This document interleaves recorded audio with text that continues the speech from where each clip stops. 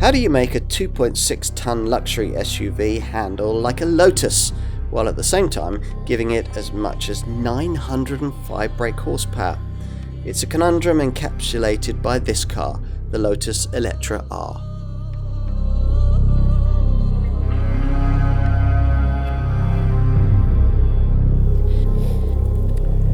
There's never been a mainstream Lotus with more power than the Eletra R, but there's never been a heavier Lotus model either, which might lead you to doubt the wisdom of giving this top version of the brand's electric SUV as much as 905 brake horsepower. But what a confection is in prospect. And you don't have to have it as an SUV. All the same engineering is available in the brand's identically platformed Emeya Fastback GT. But it's the top Eletra that's our focus here.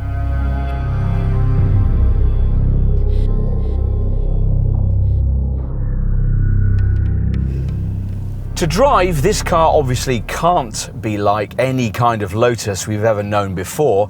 There's 2.6 tons of Chinese real estate to waft around, after all.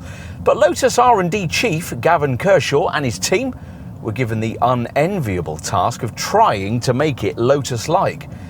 Have they succeeded? Well, yes and no. There's no doubt that this car struggles to hide its prodigious weight, but there's clever engineering, a 3-in-1 electric motor system integrating motor, controller and reducer into one package, and the steering's more feelsome than with rivals, so the Eletra inspires more confidence through the corners, where you can't help but be impressed by the astonishing grip from the combination of dual motor, all-wheel drive, integrated chassis control and Pirelli P0 rubber. You'll need that confidence too, because this car is frantically fast. Even in its standard Eletra and Eletra S forms, there's 603 brake horsepower, so you'd need the fastest versions of Mercedes, Audi and BMW rivals to keep up. The 62 mile an hour sprint is dispatched in 4.5 seconds en route to 160 miles an hour, providing you're not really interested in replicating the claimed 373 mile driving range figure. If that kind of performance is somehow not enough, then there's the top Eletra R variant we're trying here, which replaces the base 450 kilowatt motor and 1-speed EV transmission setup for an uprated Eletra 675 motor with 2-speed transmission, both of which allow for faster acceleration. The result is a wild 905 brake horsepower and 0 to 62 miles an hour in a flaming 2.95 seconds. On the way to 165, only a fraction away from the class-leadingly quick Tesla Model S Plaid we tried earlier this year. Range is claimed at 304 miles. This R variant includes a Lotus dynamic handling pack, optional on the other two models, which includes an active anti-roll system, active rear wheel steering, and an extra track driving mode. The standard drive settings are Tour, Range, Sport, Individual and Off-Road. These are controlled via a right-hand steering wheel paddle and alter not only throttle response and steering feel, but also responses from the continuous damping control adaptive dampers. Suspension feel, though, is always on the firm side. The drive modes also alter the ride height of the two-chamber air suspension, which lowers itself in Sport and Range as part of the active aerodynamics, but raises in off-road, which also offers an even loftier, highest setting. That, along with the standard hill descent control system, might make surprisingly gnarly tracks passable, provided you were brave enough to attempt them in a 6-figure luxury Lotus. A left-hand steering wheel paddle offers 3 levels of regen braking, but even the fiercest of these isn't enough to replicate the abrupt one-pedal off-throttle retardation you get with some rivals. Refinement is up to the expected luxury standards, and there's all the required drive assist tech, including a system of LiDAR sensors that, if fully specified, will allow the car to drive itself when legislation allows it. Thankfully, Lotus hasn't bothered with the washing machine-like fake EV drive sounds you get with this car's competitors, which is perhaps one of the few things Colin Chapman would have approved of with this car. For all that, though, It's quite an achievement.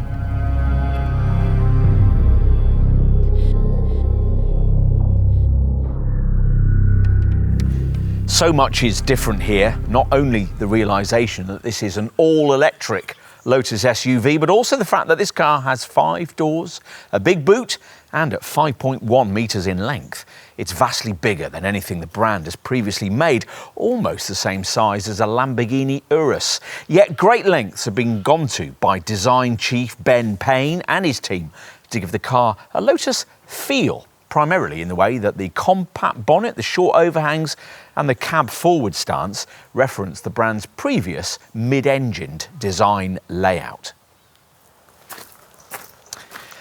From the side, which isn't the Electra's most attractive perspective, there are nods to Lotus cars of the present as well. The glass canopy on top of the body references the look of the brand's Emeya hypercar. The huge wheels, which vary between 20 and 23 inches in size, aim to visually shrink the silhouette too. We've got 22-inch rims here. And it needs shrinking because, as just mentioned, it's an enormous thing, bigger than a standard length Range Rover and wider than a Mercedes S-Class limo. You can pay extra to replace these conventional door mirrors with digital camera stalks. And there are some curious stylistic touches too, like these triangular open indents ahead of the front doors, which in theory channel air back from the front wheels, but in winter or off-road will partly tend to get clogged up with dirt and grit. More angular open panels embellish the bonnet, a theme continued by these open corner cutouts. The noseline conceals LED matrix headlights, while cooling's taken care of by a latticed low intake above this subtly styled active front spoiler. At the rear, you get this rather unusual 3-piece roof-mounted spoiler, which works in conjunction with a 3-stage deployable one lower down on the tailgate. The outer ears of the upper device look smart and classy. The centre part, housing the car's LiDAR sensors, looks rather like a taxi lamp and doesn't. On this R model, a subtle sliver of carbon fibre trims the midsection of the tailgate, above a tiny ribbon of LED light that flows from side to side into yet more strange open cutouts, through which you can see the tread pattern of the grippy Pirelli P0 tyres. There's a potent-looking rear diffuser too, but annoyingly, no rear wiper. For some reason, the active spoiler systems participate in what Lotus calls this car's welcome show, which also involves interaction from the front and tail lights, as well as the interior screens and ambient lighting. The door handles are of the sort that spring out to meet you and sadly feel flimsy to the touch, but this jewel-like triangular key doesn't, though it's so small that you could easily imagine losing it. Open the door and this Lotus wants to wave its heritage at you. Anthony Colin Bruce Chapman's initialised logo at the corner of the dash, also replicated on a concealed B-pillar panel above the legend Pioneer since 1948. But is that heritage here more than skin deep?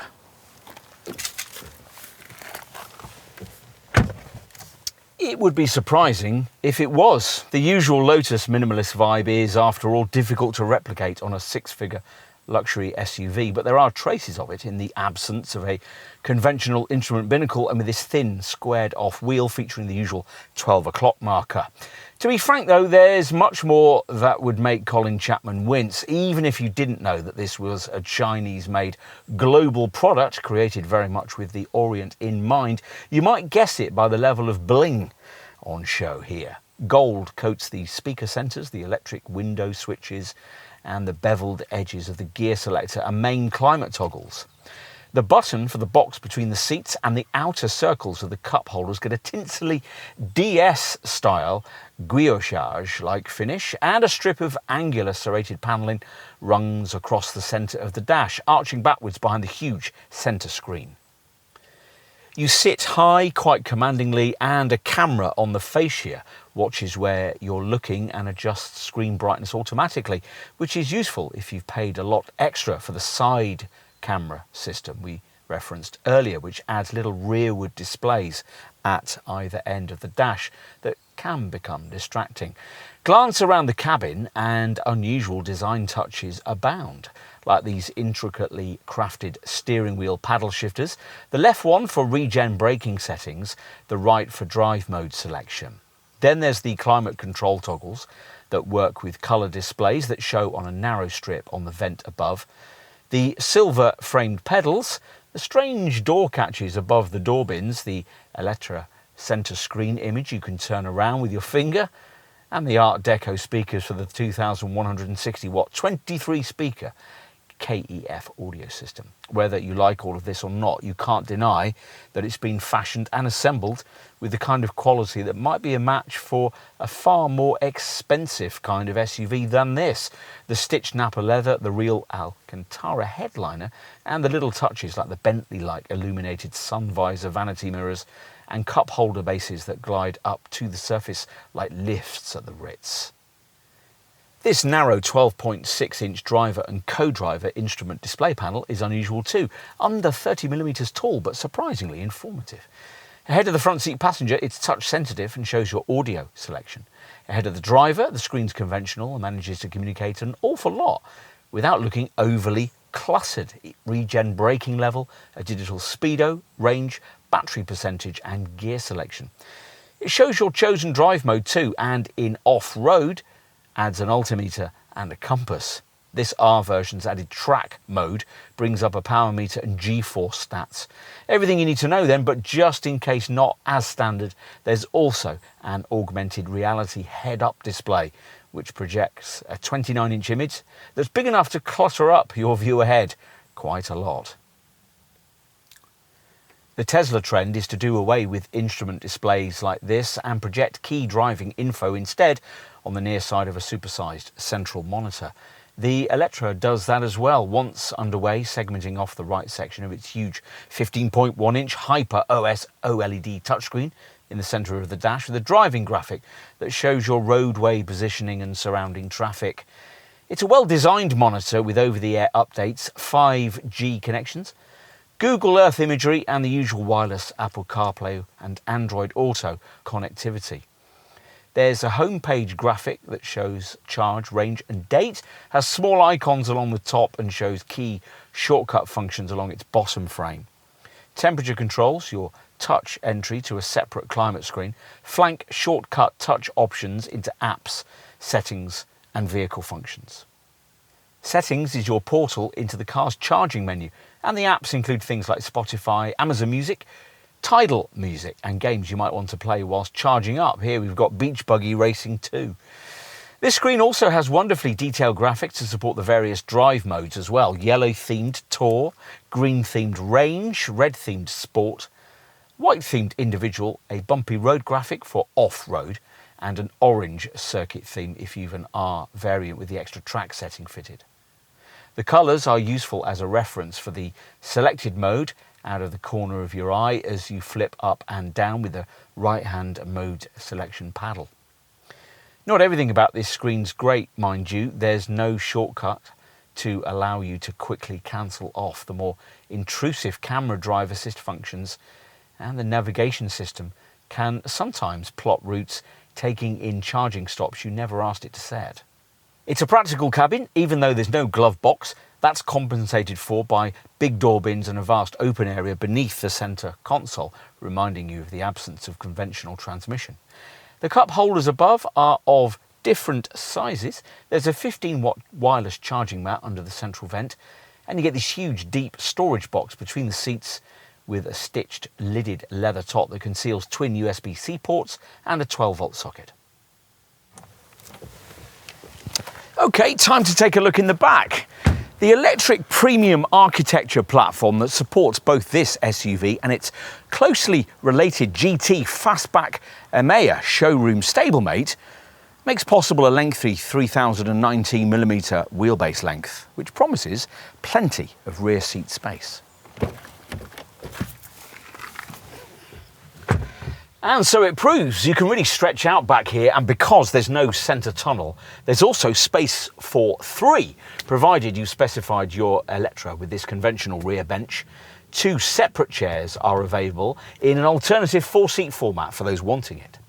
Rear seat bases rarely slide in an EV, and these don't either, though the backrests do recline. 4-zone climate control standard, which means you get this little central 8-inch screen back here, which you can also use to change audio settings and seat positioning, and the transparency of the optional panoramic glass roof, if you happen to have specified the intelligent version of it that we have here.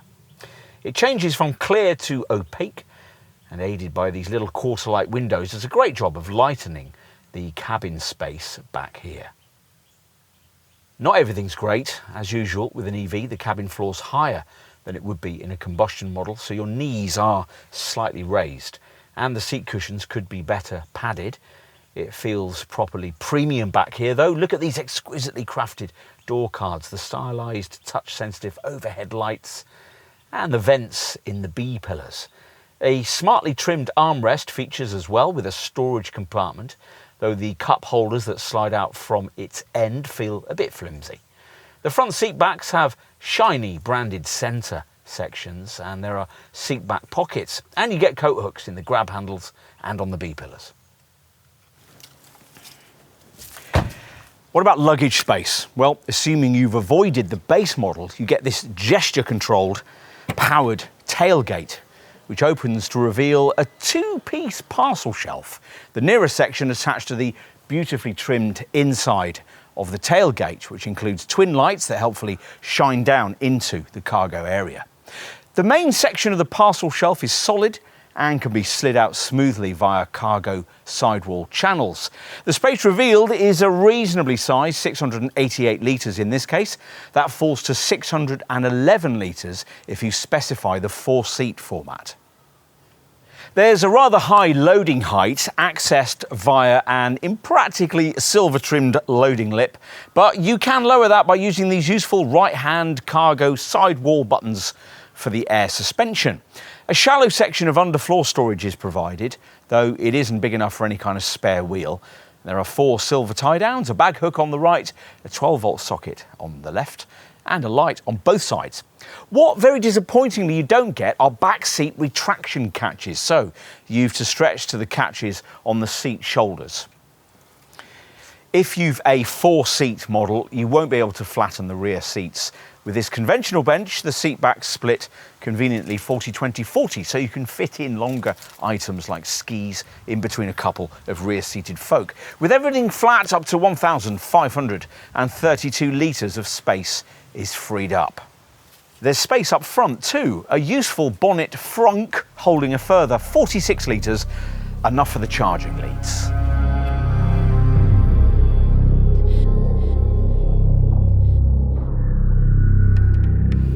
So what might a luxury electric Lotus SUV like this cost? Well, quite a lot in the case of the top R model we're trying here, which at the time of this test in summer 2024 was pitched at a cool £120,000.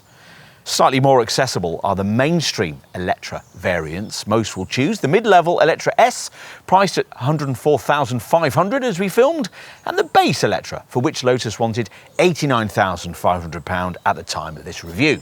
Those considering the 2 mainstream models and wanting a sharper driving feel can pay extra for this R version's Lotus Dynamic Handling Pack. If you'd rather your luxury sporting EV was a Gran Turismo GT than an SUV, remember that Lotus offers its very similarly engineered Emeya for much the same kind of money. So the Hethel brand's not afraid to charge premium money for this kind of car, but you could easily find yourself paying more than Eletra model money for similarly powerful and equally configured versions of obvious rivals like the Porsche Taycan Cross Turismo, the Audi SQ8 Sportback e-tron, and faster versions of the BMW iX and the Mercedes EQE SUV. We would also mention the Tesla Model X, but that's only now sold here in left-hand drive. If you're tempted by this Lotus, you'll be pleased to find that it's been generously specified. Unlike the SQ8, the iX and the EQE SUV, the Eletra is based around an 800-volt high-voltage system, which allows access to the latest ultra-fast public DC chargers. And all Eletras have a dual-motor all-wheel drive format with a 450-kilowatt power system for the mainstream models. Plus, there's integrated chassis control, continuous damping control, adaptive dampers, 2-chamber air suspension, adaptive cruise control, and 5 drive modes that alter the car's steering, powertrain and suspension parameters. Lotus also includes alloy wheels of at least 20 inches in size, matrix LED headlamps with an adaptive driving beam function, power folding mirrors, all-round parking sensors, keyless entry with a digital key, a package of LiDAR sensors and a heat pump to draw heat from the surrounding air in cold weather. Inside, there's Nappa leather upholstery with 8-way power-adjustable heated front seats featuring 4-way lumbar support and memory settings. You also get an augmented reality 29-inch head-up display and a 12.6-inch driver and co-driver instrument display panel. Plus, there's 4-zone climate control with an 8-inch rear display and an air quality system. You can also tick off a 15-watt wireless phone charging mat and a 360-degree surround view camera, which shows on the 15.1-inch OLED touchscreen in the centre of the dash. A huge monitor fitted with Lotus's Hyper OS operating system for the driver and passengers, pre-prepared for over-the-air updates. 5G data compatibility, online Google Maps navigation, and the usual wireless Apple CarPlay or Android Auto smartphone mirroring compatibility are also included, along with a KEF premium audio setup. There's an ownership app too, of course, Lotus Connect, which allows you to interact with your Eletra via your smartphone. For the first 6 months of ownership, this will be upgraded to Lotus Connect Prestige, which adds music streaming, access to entertainment apps and a security system, which will track your Lotus should it be stolen.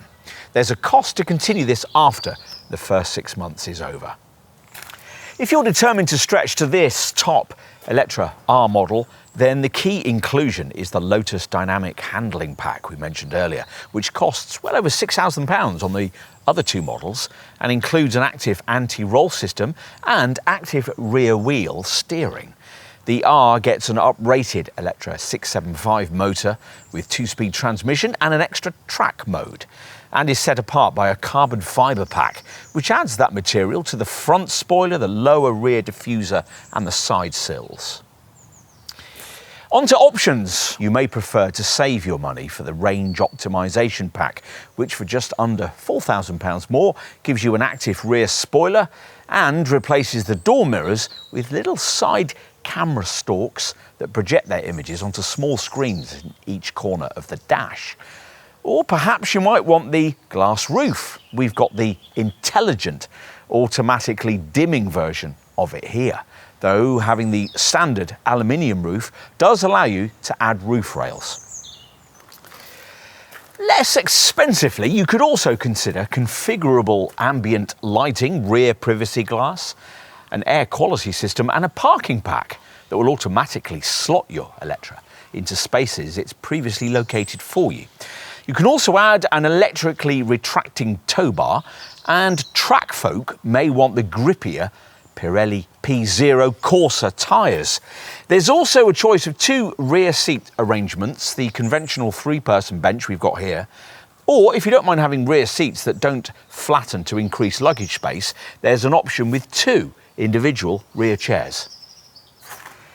What about aesthetic extras? Well, there are 5 paint shades. You may agree with us that lighter colours suit this Lotus better than this test car's Caimou Grey. If you don't like the 22-inch wheel design that comes with your chosen trim level, there are various others to choose from, as well as even larger 23-inch alloys, all with a choice of red or green calipers. There's also a 20-inch rim set if you want to maximise range. There's an extended carbon pack if you really do have money to burn. And there's a black version of the rear Lotus badge. Depending on how extrovertly coloured you like your interior, there are various interior themes: gold, jasper, quartz, malachite and ruby. And you can add softer semi-aniline leather upholstery, coloured seatbelts, an Alcantara steering wheel, sports pedals, illuminated tread plates and carbon fibre cabin trimming. If you want to future-proof your Eletra, there's the Highway Assist Pack, which uses an advanced 5-fold LiDAR perception system, along with a powerful dual Orin-X chipset. With the future over-the-air software update, this setup will enable full autonomous driving as soon as UK legislation allows it, analysing the environment around your Lotus as you drive, navigating between obstacles and responding to potential hazards before they can take place. We'll finish with a look at standard safety features. Courtesy of the standard Lotus Pilot Pack of advanced driver aids, there are plenty. Autonomous emergency braking, lane keep assist, traffic sign information, rear collision warning, rear cross-traffic alert, a blind spot assistant, fatigue detection, and what Lotus calls life detection and care, which alerts you if you've left children in the back seat after locking the car.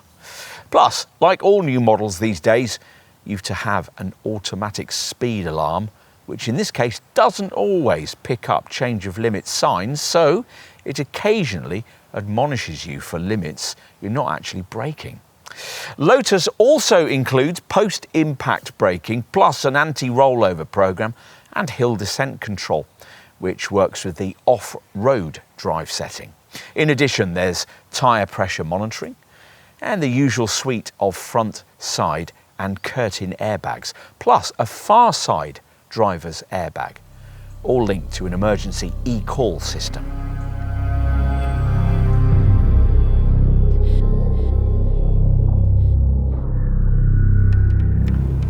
As we've been saying throughout this test, it's all a very different world from the Lotus models we once knew.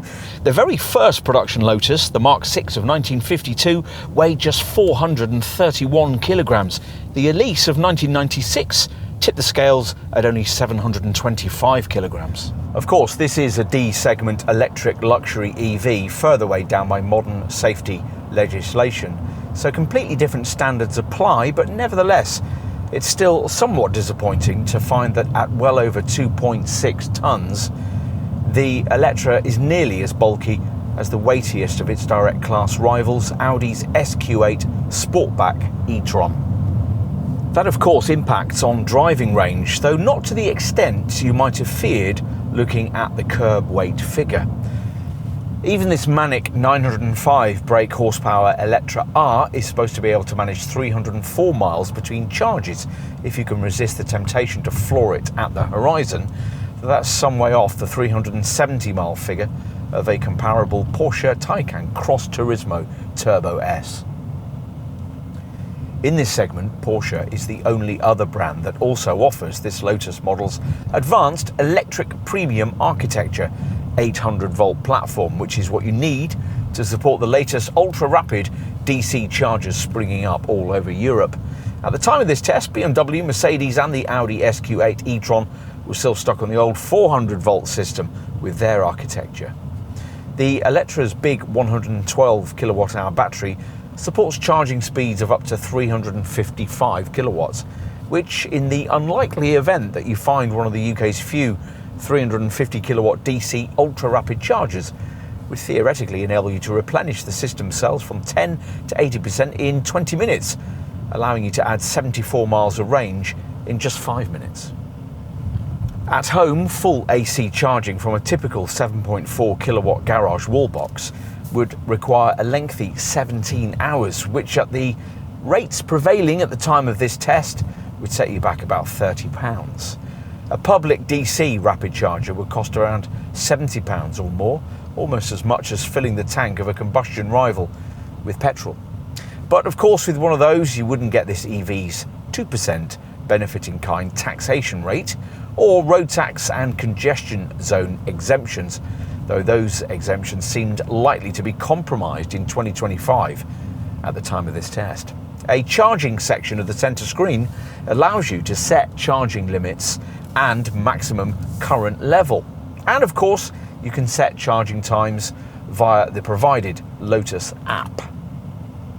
The charging port has been placed on the front wing, which means electricity coming through to the car will be as close as possible to where it's needed, which cuts down on unnecessary internal cabling and the extra weight that would bring. Old Lotus models were often a watchword for unreliability. Remember the old acronym, lots of trouble, usually serious. But this one will be very different. Just in case though, a 5-year warranty is standard in the UK, and Lotus offers roadside assistance across Europe for 5 years after vehicle purchase.